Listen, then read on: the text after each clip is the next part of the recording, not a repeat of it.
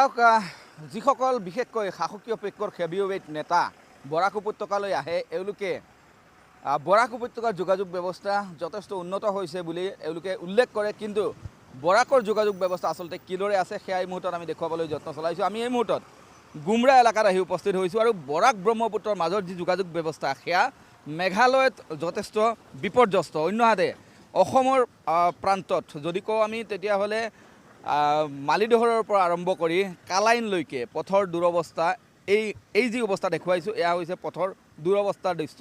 এনেদৰে একোটা গাঁত পাৰ হৈ বাহনসমূহ চলাচল কৰিবলগীয়া পৰিস্থিতিৰ সৃষ্টি হৈছে আৰু এই যি ভগ্ন যোগাযোগ ব্যৱস্থা সেই যোগাযোগ ব্যৱস্থাৰ বাবে কোন জগৰীয়া এই মুহূৰ্তত প্ৰশ্ন হৈছে কোন জগৰীয়া। নিশ্চয় এই প্ৰশ্নৰ উত্তৰ হ'ব যে শাসকীয় পক্ষৰ সদিচ্ছাৰ অভাৱ নেকি।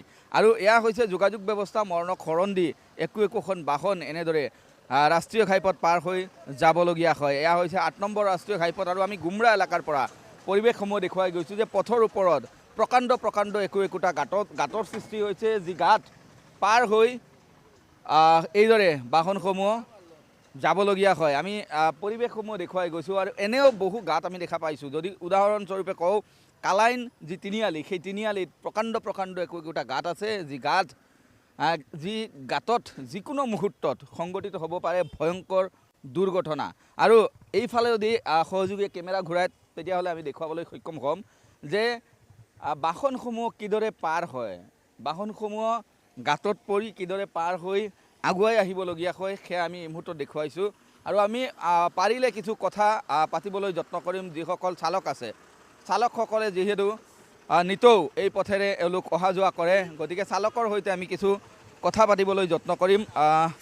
দাদা ক'ৰ পৰা আহি আছে?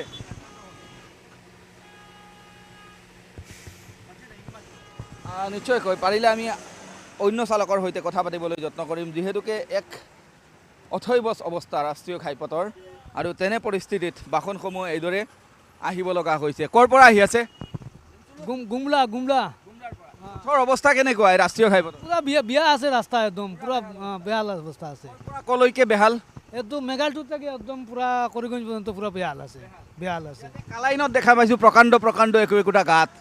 তো বিয়ান কালাইনটো আৰু বিয়ান গাতা আছে কোনো কাম কাজ কিছু হয় না, বহুত কষ্ট হয় আমরা গাড়ি লিয়ে আইতে যাবা।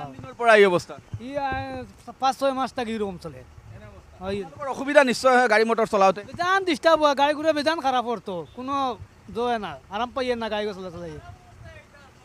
নিশ্চয় আমি দেখুৱাইছোঁ যে এয়া কি ক'ব খুজিব ৰাস্তাৰ অৱস্থা কেনেকুৱা? বেহাল অবস্থা আর কয়বার লাভ নাই, বেজান খারাপ। আজকে আমরা সকালে ৮টার সময় বার হয়েছে, ১২টার সময় কালাইন গিয়া পড়ছে। ক'ৰ পৰা আহি আছিলে আপুনি? মালিদৰ থেকে। মালিদৰৰ পৰা কেইটাত ৰাওনা হৈছিলে? ৮টা আৰু ১২টা বজাত আপুনি কালাইন আহি পাইছে। এই পথৰ বেহাল অৱস্থা। হয়। নিশ্চয়কৈ এগৰাকী যাত্ৰীয়ে উল্লেখ কৰিছে যে কিদৰে বেহাল অৱস্থাত এওঁলোক অহা যোৱা কৰিবলগীয়া হয়। এয়া দেখুৱাইছে সহযোগীয়ে যে পথ নে এয়া পথাৰ সেয়া ধৰিব পৰাটো এক প্ৰকাৰ টান হৈ পৰিছে। আৰু এয়া হৈছে বৰাকৰ যোগাযোগ ব্যৱস্থা। আমি দেখুৱাইছোঁ বাহনসমূহে কিদৰে একোখন বাহনে কিদৰে এওঁলোক পথ পাৰ হৈছে। আপুনি ক'ৰ পৰা আহি আছে দাদা? গুৱাহাটীৰ পৰা যিহেতু আপুনি আহিছে নিশ্চয় গোটেই পথটোৰ আপোনাৰ অভিজ্ঞতা আছে। ৰাস্তাটো এনেকুৱা হৈছে এইটো দলৰ নিচিনা ইমানখিনি গোপ পায়। ঠিক আছে, মই JCB দি কিনে মই গাড়ীৰ পিছফালে ঠেলাইছোঁ। কোনটো ঠাইৰ অৱস্থাত যথেষ্ট বেহাল? এই আপোনাৰ যে কালভাৰটো আছে এইটো নাম কি কয়, সোণাপুৰ বুলি কয় নেকি, এইখিনিতে। আৰু লুংচলুঙৰ পৰা আৰম্ভ হৈছে এই বেহাল অৱস্থা।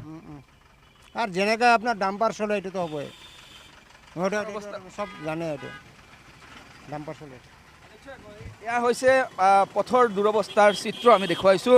আৰু এনেদৰে এই বেহাল পথ পাৰ হৈ বাহনসমূহ চলাচল কৰিবলগীয়া হয়। আৰু এয়া হৈছে বৰাক ব্ৰহ্মপুত্ৰৰ মাজৰ যোগাযোগ ব্যৱস্থাৰ কিছু দৃশ্য এই মুহূৰ্তত আমি দেখুৱাইছোঁ।